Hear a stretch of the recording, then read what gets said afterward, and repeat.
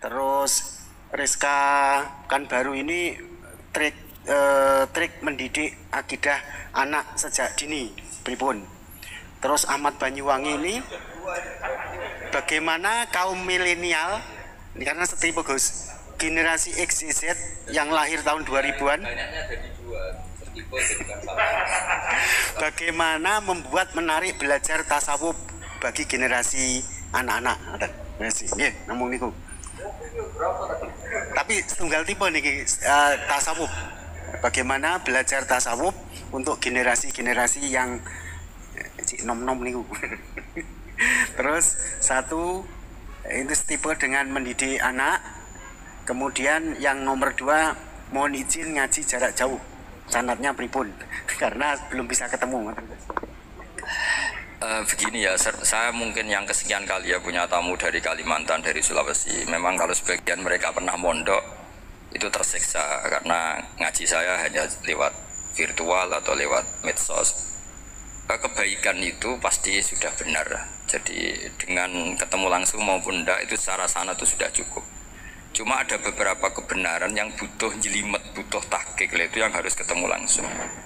Tapi kalau yang kebenaran-kebenaran umum itu tidak perlu, karena kebenaran itu bahasa lainnya itu al-ma'ruf, sesuatu yang mudah dikenali oleh akal, oleh nurani, oleh komunitas, oleh sistem sosial. Sementara mungkar itu sesuatu yang aneh. Andai kan tidak ada agama pun, orang akan bilang selingkuh itu mungkar. Andai kan tidak ada agama pun, sesuatu milik siapa harus jelas. Sehingga diaturlah ini istrinya ini istrinya ini barangnya ini. Yang paling berhak make apa ya yang punya kan. Makanya nikah itu disebut ma'ruf. Yang boleh make ya yang punya. Misalnya yang boleh make mobil itu ya yang punya atau yang dapat izin, itu disebut ma'ruf. Lalu yang nggak punya kok make, itu namanya mungkar. Ya aneh, nggak punya kok make tanpa izin. Sehingga kebaikan-kebaikan seperti ini nggak butuh sanad karena semua orang pasti kenal. Makanya disebut kebaikan itu al-ma'ruf, kemungkaran disebut mungkar. Jadi ma'ruf maknanya arafahul aklu, akal ini mudah menerima. Mungkar maknanya angkarohul aklu, akal ini menjadi aneh. Kan nggak mungkin lah orang yang waras mau ini ada minuman, kalau kamu minum hilang kesadaran, minuman ini halal, itu aneh nggak? Aneh kan? Tapi kalau kebalikannya ini minuman manfaat untuk stamina, manfaat untuk kesehatan, maka ini halal. Nah agama itu datang dengan sesuatu yang ma'ruf dan menolak sesuatu yang mungkar. Nah kebaikan-kebaikan seperti ini itu Pak Rektor gak perlu sanad karena itu sudah lazim, sudah keniscayaan. Lalu ada kebenaran yang butuh detail. Misalnya begini, wali nikah itu siapa? Wali nikah itu adalah bapaknya dan mbahnya misalnya. Nah kalimat dan mbahnya ini salah kalau dalam fikih Islam. Karena mbah dalam bahasa Jawa itu bisa mbah dari ibu. Sementara dalam otoritas Islam nggak memberikan hak ke mbah dari ibu. Seperti ini nggak boleh. Terus misalnya orang Kalimantan nikahkan putrinya dinikahkan oleh mbah dari ibunya hanya karena berdasar fatwa. Oh kemarin Gus Bah atau Kiai siapa dawuh wali itu kalau nggak bapak ya mbah. Wong ini mbahnya. Nah itu butuh detail. Yang dimaksud mbah di bab wali adalah abul ab, bapaknya bapak, bukan sekedar mbah. Nah hal-hal seperti itu mohon sekali untuk tidak kesusu atau tidak tergesa ngambil kesimpulan karena itu butuh fikih yang apa? Detail. Ya butuh fikih yang apa? Detail. Padahal istilahnya sama, wali itu bapak dan mbah.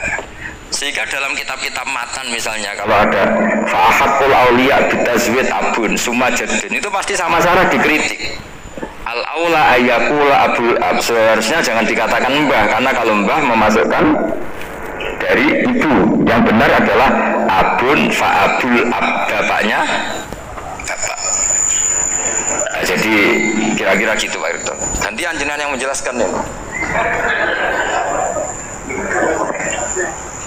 Yang nomor 2 sekarang tadi itu bagaimana mendidik manusia dan tasawuf jadi generasi milenial ya kan tadi tasawuf maupun tauhid maupun ilmu moral apapun itu mudah sekali dididik. Ciri utama agama ini itu ad-dinu yusrun, agama itu mudah.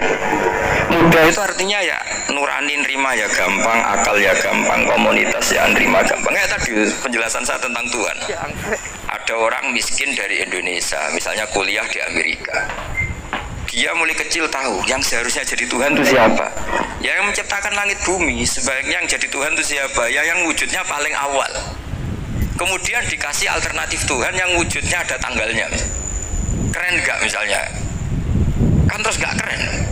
Kok Tuhan sama buminya kok dulu buminya? Kayaknya kok enggak lah kayaknya. Artinya barokahnya logika yang sehat ini kan ya setahu saya hampir jarang kan yang murtad masalah tauhid gitu. Kalau moral banyak yang agak nakal, tapi secara tauhid jarang yang murtad karena tanaman logika tauhid itu mantap di Indonesia. Mulai kecil kan diajarin wujud, kidam, baqo, mukhalafatul hawadisi, qiyamuhu bi nafsi. Sama, moral juga gitu. Jom jogeman misoi wong, kan dipisoi sakit enggak? Jangan pernah mencubit orang, dicubit itu sakit. Jadi orang diberi rasa nggak enak loh disakitin orang, dijotosin orang, ya sudah jangan jotosin orang, nggak enak. Sehingga apa ya, kalau kamu ingin sopan ya disopani ya harus sopan, kalau ingin dihormati harus menghormati orang lain. Sehingga itu tertanam. Makanya bangsa kita termasuk yang terbaik akhlaknya. Kalau musim haji itu dipuji-puji sama sekian negara karena pantangan lah kita nginjek orang sholat, melangkahi orang ruku, orang sujud. Kalau orang lain mungkin kan seenaknya. Iya, karena mulai kecil itu dilatih tidak boleh melangkahi orang, tidak boleh.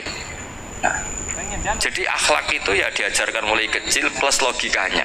Logika itu ya apa saja lah, yang penting menjadi anak kecil itu paham. Dan itu mudah, saya ulang lagi mudah, karena agama ini ad-dinu yusrun, agama ini mudah, jadi mudah difahami. Nggak bisa kamu katakan misalnya tasawuf. Tasawuf itu ya gampang kayak tadi, seperti Bapak kalau ngendikan. Makanan yang membuat enak itu karena menunya yang mewah kamu cocok atau karena kamu lapar. Lama-lama orang kan berpikir ya setiap puasa itu kok tempe enak, tahu enak, tapi kalau sudah buka, sudah kenyang, apa saja semuanya menjadi tidak enak. Padahal kualitas menunya masih enak, tapi gara-gara kenyang menjadi enak. Berarti penyebab enak itu lapar apa menu? Lapar. Jadi apa ya, kearifan ini loh yang menjadikan luar biasa.